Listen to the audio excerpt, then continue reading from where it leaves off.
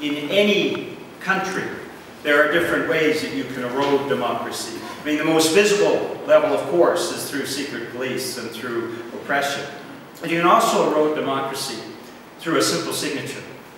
And much of what we're going to talk about tonight is the impact on our democracy and our quality of life of this agreement that is being brought forward.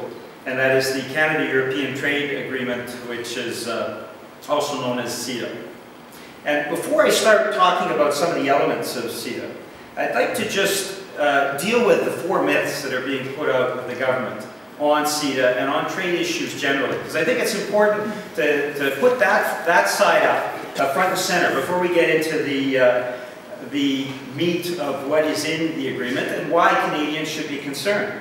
First off, and this is something you'll hear from the free trade cheerleaders, you'll certainly hear about from the government on the issue of CETA, is that free trade agreements have brought unprecedented prosperity to Canada. And that is something that you hear from lobbyists in Ottawa. They're certainly far more out of touch about what's happening across the country than the people in Nelson. But the fundamental problem with that argument, that free trade agreements have brought unprecedented prosperity to Canada, is it's simply not true. StatsCan has been following Canadian family income levels since 1989, which is the implementation date for the first Canada-US free trade agreement. And this is what they tell us after 20 years. The middle class, those are families generally earning between $40,000 and $60,000 a year, have lost, on average, 1 week of income for each and every year since the Canada-US free trade agreement was signed and implemented back in 1989. In other words, they're working their 52-week years, but it's like they're being paid only for 51 now. For the lower middle class, families earning $20,000 to $40,000, the decline has been even more pronounced. They've lost twice that, 2 weeks of income for each and every year since the first of the trade agreements were implemented.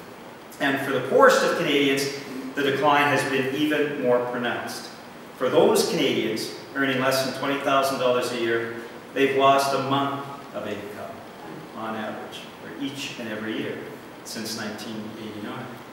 Now, it hasn't been the same for all levels of society, and it is true to say that one part, the wealthiest of Canadians, have actually seen their income skyrocket over this same period. Their incomes are up 35%. The wealthiest of Canadians, the corporate lobbyists, the corporate CEOs, now take most of the Canadian income pie in Canada.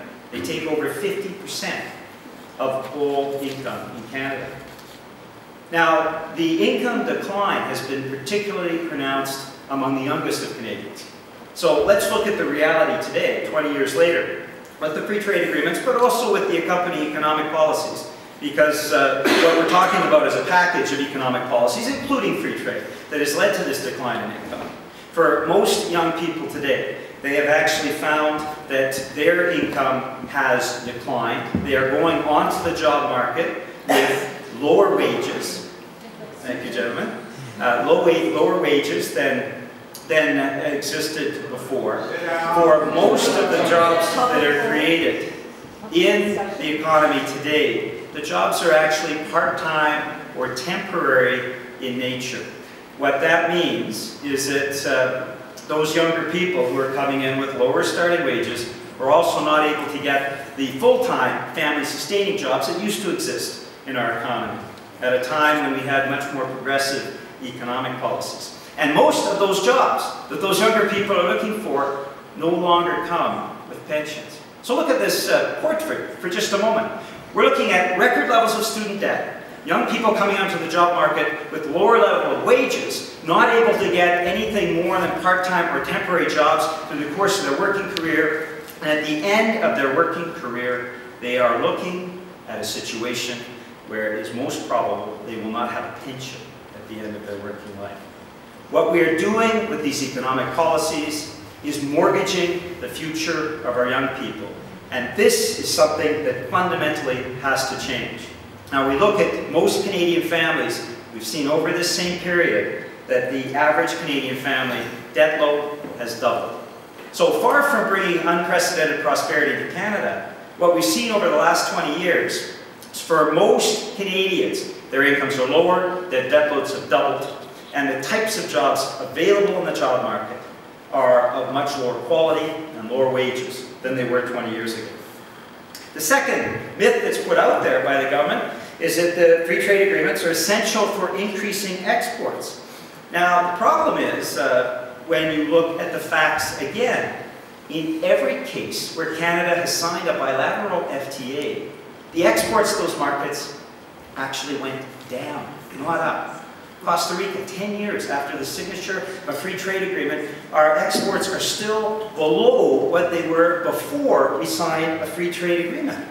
So there's obviously another problem at work here when we sign free trade agreements and our exports to those markets go down, not up. Now, the DFA and the government tries to get around that by actually presenting the trade figures in current dollars. What they do is what's known as a little trick, accounting trick.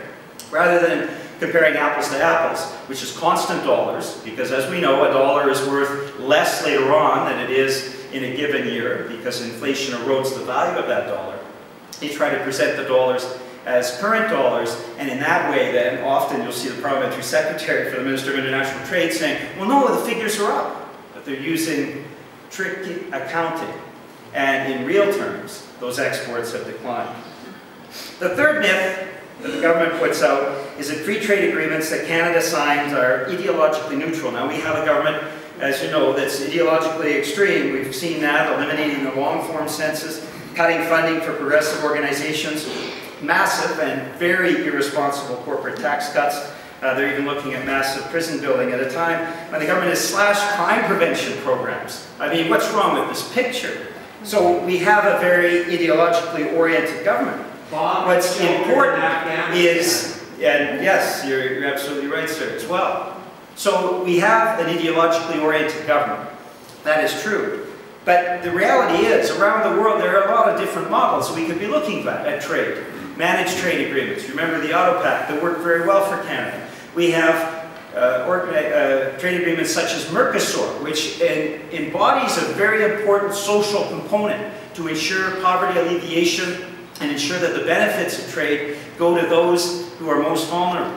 And in these cases, none of those aspects of the model have been adopted for the Canadian trade model. And as you'll see in just a few moments, the Canadian trade model is the most ideologically right-wing of trade models that we see around the world. So it's not ideologically neutral.